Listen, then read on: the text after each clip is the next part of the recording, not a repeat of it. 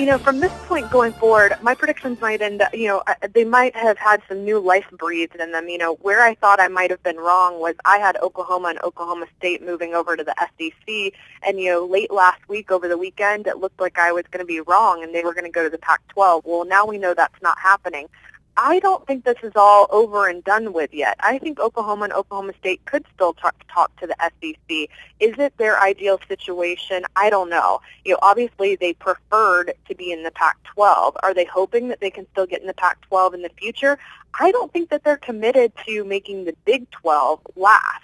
I think the writing's on the wall and they're still looking for a new home. So there's still some possibility, and I think the SEC would actually be a good move for them. It would be a good move for the SEC to get, a school with a national brand like Oklahoma. I think it would make a lot of sense. I think it would make sense for Oklahoma unless they're dead set on having their own television network. In that case, I don't think that's something the SEC is interested in allowing their schools to do. So I think talks could still happen there. And I still think Texas could be talking to the ACC. They seem really opposed to becoming an independent, and I'm not 100% sure why, because I think they could stand to make a lot of money if they went independent. It's just a matter of finding homes for all of their other sports. But the ACC is the one conference I think that they could go into if they wanted to leave the Big 12, where they could keep the Longhorn Network and maybe even improve it and add more material to it, because ESPN is the only television rights holder in the ACC. I think you'd have to make those ACC schools happy and maybe up the contract a little bit, keep them happy if they're allowing Texas to come in with this network. But I still think that that is a viable scenario.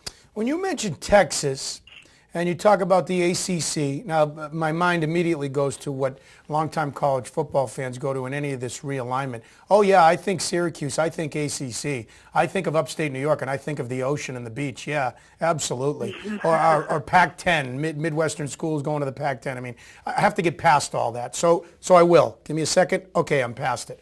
So when I think Texas, and I talk about, and you just talked about, they have their own TV network. They're moving here and here.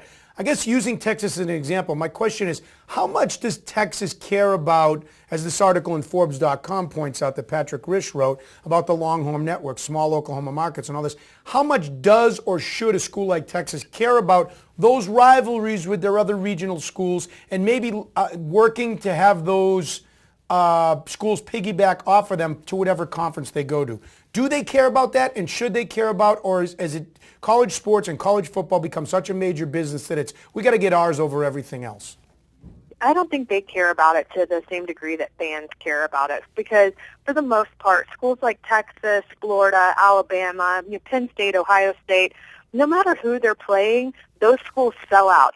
Florida sells out when they play Florida International or they play Coastal Carolina, or, no matter who they play, it's tough to get a ticket there. So I don't think schools take a lot into consideration about these rivalry games, because I don't think they're really losing money when they don't play those games. Now, the local economy might be losing money because I think it brings a lot of people to town when you have one of those huge matchups, but I don't think the schools take it into consideration, and that's something I'm hearing a lot from fans, is they're really upset about losing some of these traditional rivalries. And, I think if Texas were to go independent, they would be able to keep a lot of those rivalries, because they're going to be looking for people to play, and they're not going to have, a conference schedule that they have to play. So in terms of Texas, we might see more of their rivalries stick around if they end up independent.